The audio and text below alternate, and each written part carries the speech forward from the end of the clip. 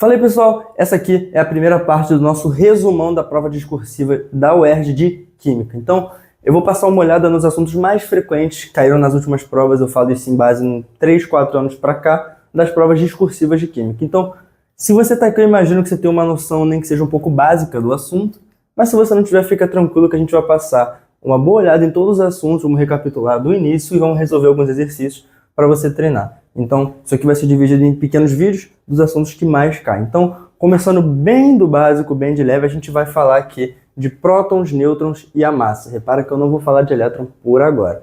Então, por agora, a gente vai se preocupar com os prótons, os nêutrons e a massa de um elemento. Então, na tabela periódica, você vai encontrar o elemento assim, dentro desse quadrado aqui, sendo que esse número aqui embaixo é a massa atômica, que a gente representa pela letra A, e aqui em cima, na esquerda, você vai ter o número de prótons, que é o P. Repara que eu botei aqui que os prótons é o que caracteriza o elemento. E isso é verdade, porque o elemento que tem 6 prótons só pode ser o carbono. Só ele na tabela vai ter 6 prótons. Então você pode ter outros elementos com a mesma massa do carbono, com os mesmos elétrons do carbono, mas nunca com os mesmos prótons do carbono, né? Então cada elemento tem o seu número de prótons e é isso que determina se o elemento é esse ou é esse. É o número de prótons dele. Isso é a coisa mais importante da característica do elemento. E a fórmula importante para você gravar é que o número da massa é sempre a soma dos prótons com os nêutrons. E como é que eu faço para saber quantos nêutrons tem um elemento? Através dessa fórmula. Então vamos supor que eu queira calcular quantos nêutrons tem no carbono 14, que é muito famoso aqui na química, várias provas citam ele.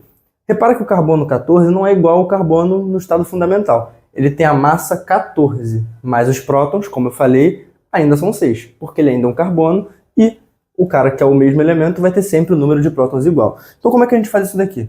Se eu sei que a massa é igual ao número de prótons mais o de nêutrons, eu sei que 14, que é a massa dele, vai ser igual a 6, que é o número de prótons, mais o número de nêutrons, que eu não sei quanto é. Então, fazendo essa conta, a gente descobre que o número de nêutrons é igual a 14 menos 8.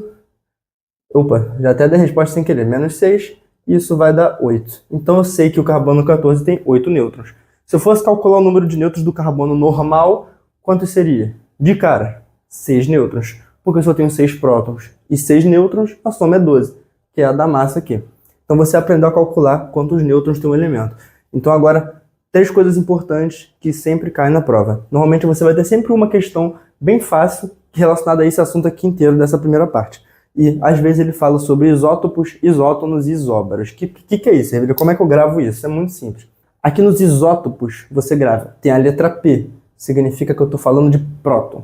Isótonos, tem a letra N, ó, então eu estou falando de nêutrons. E no isóbaros, o que tem no isóbaros? Tem a letra A, nenhum deles tem a letra A. E você lembra que a letra A na química é a massa atômica. Então eu tenho um para falar de próton, um de nêutron e um de massa.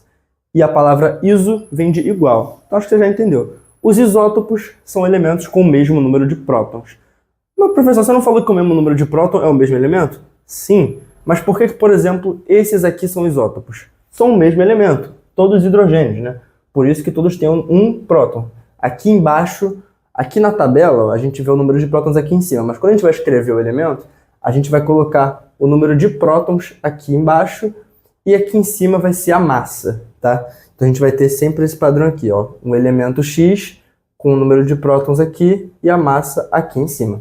Então, aqui a gente tem o hidrogênio normal, com um próton e massa 1. Aqui a gente tem o deutério, que é um hidrogênio que tem massa 2.